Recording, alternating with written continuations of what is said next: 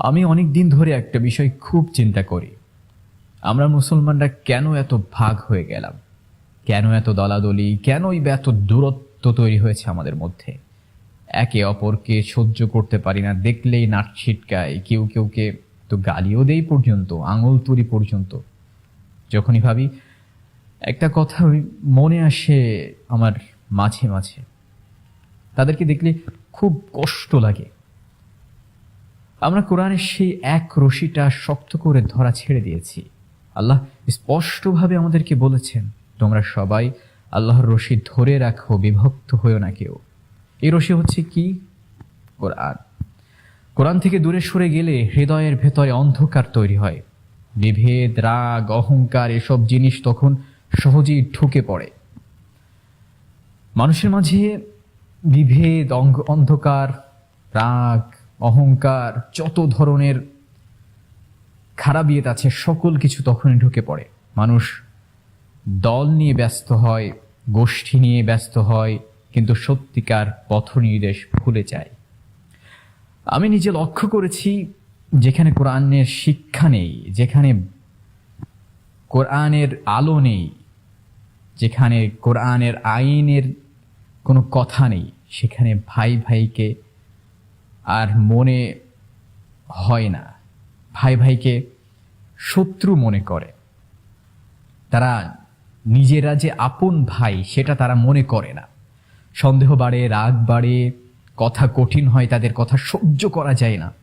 আর যেখানে কোরআন আছে সেখানে মন নরম হয়, সবাই সবাইকে ভালোবাসতে শিখে, একে অপরকে মহব্বত করে, ভালোবাসে, সম্পর্ক মজবুত হয়, আর মানুষ এক দিশায় হাঁটে। আমাদের উম্মতের সবচেয়ে বড় সমস্যা হলো, আমরা এক আঙুল দেখিয়ে একে অপরকে শুধু দোষ দিতে পারি। আমরা শুধু আঙুল দেখাতে পারি, ও এটা করেছে, ও এটা করেছে, ও এটা করেছে, এইভাবে আঙুল দেখাতে পারি, শুধু আঙুল তুলতে পারি। কিন্তু কোরআনের দিকে আঙুল তুলতে আমরা ভুলে যাই। কোরআন যে আমাদেরকে ডাকছে, কোরআনের দিকে যেতে আমরা ভুলে যাই। আল্লাহর রশি ধরলে দলাদলি নিজে থেকেই কমে যায়। যদি আপনি আল্লাহর রশি ধরতে পারেন, দলাদলি আপনার নিজে থেকেই কমে যাবে। সেই সময় দলাদলির দিকে আপনি হাঁটবেন না। কারণ কোরআনের আলো মানুষকে এক করে। কোরআন মানুষের মধ্যে দয়া আনে, ক্ষমা আনে, বিনয় আনে। এই জন্যই আমি মনে করি উম্মতের উন্নতির প্রথম পদক্ষেপ হলো নিজেদের আবার কোরআনের ছায়ায় ফিরিয়ে আনা। যদি আমরা সবাই মিলে কোরআনকে জীবন থেকে তুলে না দিয়ে আবার জীবনে নামিয়ে নিতে পারি, জীবনেই আবার কোরআনের আইনে জীবন গড়তে পারি, কোরআন দিয়ে জীবন গড়তে পারি, তাহলে আল্লাহর রহমত আসবে, ঐক্য আসবে এবং আমরা শক্তিশালী হব ইনশাআল্লাহ। এই কথাগুলো আমি নিজের অনুভূতি থেকে বলছি।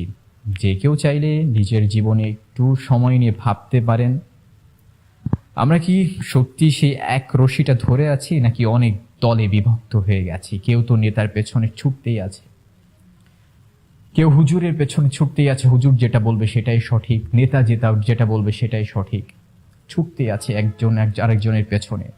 কিন্তু কোরআনকে আমরা ভুলে গেছি। কোরআনের আল্লাহ যে কোরআনকে আমাদেরকে আঁকড়ে ধরতে বলেছেন, কোরআন থেকে দূরে যেতে নিষেধ করেছেন, এটা আমরা ভুলে গিয়েছি। আল্লাহ যেন আমাদের সকলকেই কোরআনের ছায়া আসার তৌফিক দান করেন। আমিন ইয়া রাব্বাল আলামিন।